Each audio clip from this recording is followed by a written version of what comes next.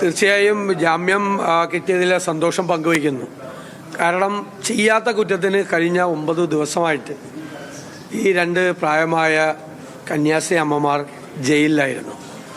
മതവിദ്വേഷം പ്രചരിപ്പിക്കുന്ന ന്യൂനപക്ഷങ്ങൾക്ക് നേരെ ആക്രമണം നടത്തിക്കൊണ്ടിരിക്കുന്ന ഒരു സീരീസ് ഓഫ് ഇൻസിഡൻസ് നമ്മുടെ രാജ്യത്ത് എല്ലായിടത്തും നടക്കുകയാണ്.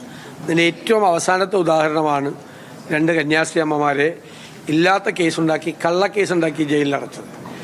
എന്നിട്ടത് ജാമ്യം കിട്ടാതിരിക്കാൻ വേണ്ടി പ്രോസിക്യൂഷൻ ഗവൺമെൻറ്റിന് വേണ്ടി അതിശക്തമായിട്ട് വാദിച്ചുകൊണ്ടിരുന്നു. ഇപ്പോഴും ഗവൺമെൻറ് അന്വേഷണത്തിൻ്റെ തുടക്കം മാത്രമേ ആയിട്ടുള്ളൂ. അതുകൊണ്ട് ജാമ്യം കൊടുക്കരുത് എന്നാണ് ഇന്നും കോടതിയിൽ അവരാവശ്യപ്പെട്ടത്. ഇന്നും കോടതിയിൽ അപ്പോൾ കസ്റ്റഡിയിലെടുത്ത് ക്വസ്റ്റ്യൻ ചെയ്യേണ്ട ആവശ്യമുണ്ടോ എന്ന് ചോദിച്ചപ്പോൾ അതിൻ്റെ ആവശ്യമില്ല എന്ന് മാത്രമേ പറഞ്ഞിട്ടുള്ളൂ. ജാമ്യം കൊടുക്കരുത് അന്വേഷണത്തിൻ്റെ ആദ്യഘട്ടത്തിലാണ് എന്നാണ് ഇന്നും പ്രോസിക്യൂഷൻ വാദിച്ചത്.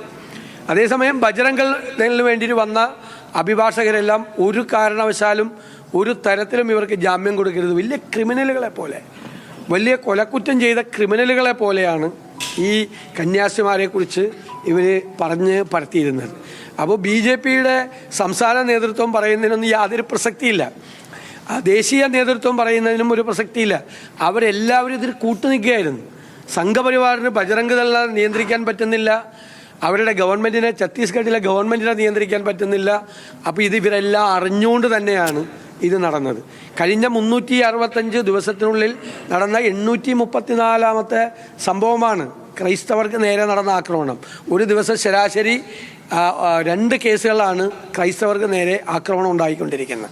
അതിലേറ്റവും അവസാനത്തെ സംഭവമാണിത്.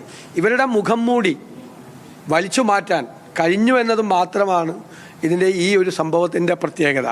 ഇനി ഇത്തരം സംഭവങ്ങൾ നമ്മുടെ രാജ്യത്ത് ഒരിടത്തും ആവർത്തിക്കപ്പെടാതിരിക്കാൻ വേണ്ടിയിട്ടുള്ള നടപടികളാണ് സ്വീകരിക്കുന്നത്.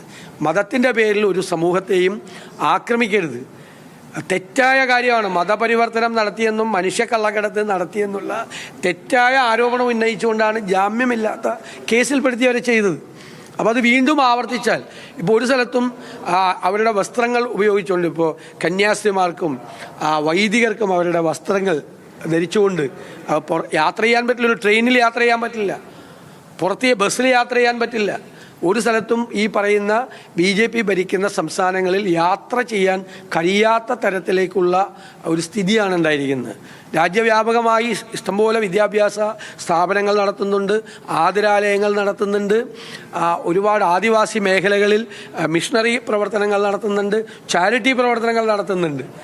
സ്റ്റാൻ സ്വാമിയെ, വന്ധ്യവയോധികനായ ഒരാളെ ജയിലിൽ പാർക്കിൻസൺ ഡിസീസ് കൊണ്ട് 2 കൈയും കൂട്ടിപ്പിടിച്ച് ഒരു ഗ്ലാസ് വെള്ളം കുടിക്കാൻ